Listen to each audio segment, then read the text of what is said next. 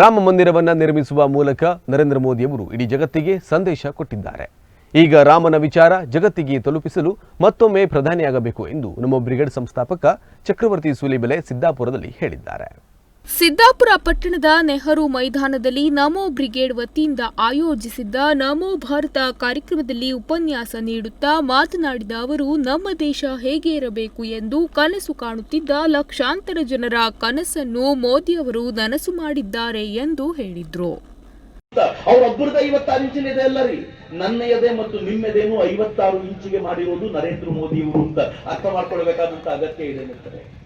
ನರೇಂದ್ರ ಮೋದಿ ಅವರು ಹೇಗೆ ಕಟ್ಟಿದ್ರು ಭಾರತವನ್ನ, ಪಾಕಿಸ್ತಾನ ತಂಟೆ ಮಾಡೋದಕ್ಕೆ ಹಿಂದೆ ಮುಂದೆ ನೋಡ್ತಾ ಇತ್ತು. ಈ ಎಲೆಕ್ಷನ್ಗೆ 5 ವರ್ಷದ ಮುಂಚೆ ಪುಲ್ವಾಮಾದ ಮೇಲೆ ದಾಳಿ ಮಾಡಿತು. ಪುಲ್ವಾಮಾದ ದಾಳಿಯಲ್ಲಿ 40ಕ್ಕೂ ಹೆಚ್ಚು ಭಾರತೀಯ ಸೈನಿಕರನ್ನ ಬರ್ಬರವಾಗಿ ರಸ್ತೆಯಲ್ಲಿ ಕೆಟ್ಟದ್ದಾಗಿ ಕೊಲ್ಲಲಾಯಿತು. ನರೇಂದ್ರ ಮೋದಿ ಮತ್ತೆ ಹೇಳಿದ್ರು, ಇದಕ್ಕೆ ಸರಿಯಾದ ಶಿಕ್ಷೆಯನ್ನು ನೀವು ಅನುಭವಿಸ್ತೀರಾ ಅಂತ. ಆದ್ರೆ ಈ ಬಾರಿ ಭೂಸೇನೆ ಕೇಳ್ಕೊಳ್ಳಿಲ್ಲ. ಯಾಕೆ ಅಂತಂದ್ರೆ POK ಇಂದ ಎಲ್ಲರನ್ನೂ ಕರ್ಕೊಂಡು ಬೇರೆ ಕಡೆ ಶಿಫ್ಟ್ ಮಾಡಿದ್ರು. ಭೂಸೇನರು ಬಂದ್ರು, ಅವ್ರಿಗೆ ಏನೂ ಸಿಗಬಾರದು ಅಂತ ಪಾಕಿಸ್ತಾನ ಎಲ್ಲ ವ್ಯವಸ್ಥೆ ಮಾಡಿ ಕನಸು ಕಾಣ್ತಾ ಕೂತ್ಕೊಂಡ್ರೆ, ವಾಯುಸೇನೆಯ ಸೈನಿಕರು ವಿಮಾನವನ್ನು ತೆಗೆದುಕೊಂಡು 60 ಕಿಲೋಮೀಟರ್ ಒಳಗೋಗಿ ಬಾಲಾಕೋಟಿನ ಮೇಲೆ ಸ್ಪೈಸ್ 2000 ಬಾಂಬ್ಗಳನ್ನ ಡ್ರಾಪ್ ಮಾಡಿ 200ಕ್ಕೂ ಹೆಚ್ಚು ಪಾಕಿಸ್ತಾನಿ ಭಯೋತ್ಪಾದಕರನ್ನ ಉಡಾಯಿಸಿ ನಮ್ ತಂಟೆಗೆ ಬಂದ್ರೆ ಪಾಕಿಸ್ತಾನ ಮಾತ್ರ ಅಲ್ಲ, ಜಗತ್ತಿನ ಯಾವ ರಾಷ್ಟ್ರವನ್ನು ಬಿಡಲ್ಲ ಅನ್ನುವಂತ ಎಚ್ಚರಿಕೆ ಏನ್ ಕೊಡ್ತಲ್ಲ, ಇದು ಹೊಸ ಭಾರತ ಮಿತ್ರರೇ. ಹೊಸ ಭಾರತ ಹೆಂಗೆ ಗೊತ್ತಾ ನರೇಂದ್ರ ಮೋದಿ? ಮೋದಿ ಅವರು ಕೇವಲ ದೇಶದ ಅಭಿವೃದ್ಧಿಯನ್ನಷ್ಟೇ ಮಾಡಿಲ್ಲ, ನಮ್ಮ ಸನಾತನ ಪರಂಪರೆಯ ಹಿಂದೂ ಸಂಸ್ಕೃತಿಯ ಉಳಿವಿಗೆ ಕಾರಣರಾಗಿದ್ದಾರೆ. ಯಾವ ಧರ್ಮದ ಕುರಿತು ಅವಹೇಳನ ಮಾಡುತ್ತಿದ್ದ ವಿದೇಶಿಗರು ಇಂದು ಹಿಂದೂ ಸಂಸ್ಕೃತಿಯ ಬಗ್ಗೆ ಹೆಮ್ಮೆಯಿಂದ ಮಾತನಾಡುತ್ತಾರೆ. ನಮ್ಮ ಆಚರಣೆಗಳ ಬಗ್ಗೆ ಕುತೂಹಲ ಮೂಡಿಸಿಕೊಂಡು ಅದರ ಆಚರಣೆಗೆ ಮುಂದಾಗುತ್ತಿದ್ದಾರೆ. ಹಿಂದೂ ಸಂಸ್ಕೃತಿಯ ಆಚರಣೆ ಅಂದರೆ ಅದು ಮುಸ್ಲಿಂ ವಿರೋಧಿ ಎಂಬ ಭಾವನೆಯನ್ನು ತೊಡೆದು ಹಾಕಿದ್ದಾರೆ. ಕಾಂಗ್ರೆಸ್ ಪಕ್ಷದವರು ಮೋದಿ ಅವರನ್ನು ಮುಸ್ಲಿಂ ವಿರೋಧಿಗಳು ಎಂದು ಬಿಂಬಿಸುತ್ತಿದ್ದಾರೆ. ಆದರೆ ಅವರು ಮುಸ್ಲಿಮರನ್ನು ಭಾರತೀಯತೆಯತ್ತ ತೆಗೆದುಕೊಂಡು ಹೋಗುತ್ತಿದ್ದಾರೆ.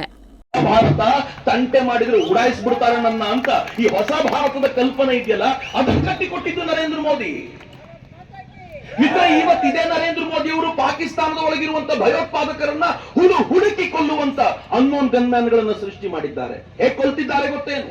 ಪಾಕಿಸ್ತಾನದಲ್ಲಿ ಭಾರತಕ್ಕೆ ತೊಂದರೆ ಕೊಟ್ಟಂತ ಭಯೋತ್ಪಾದಕರು ವಾಕಿಂಗ್ ಮಾಡ್ತಿದ್ದಾಗ ಸಾಯ್ತಿದ್ದಾರೆ, ಅವರು ಕ್ಲಿನಿಕಲ್ ಇದ್ದಾಗ ಸಾಯ್ತಿದ್ದಾರೆ. ನಮಾಜಿ ಕೂತ 2 ಭಯೋತ್ಪಾದಕರನ್ನ ಕೊಲ್ಲಲಾಗಿದೆ.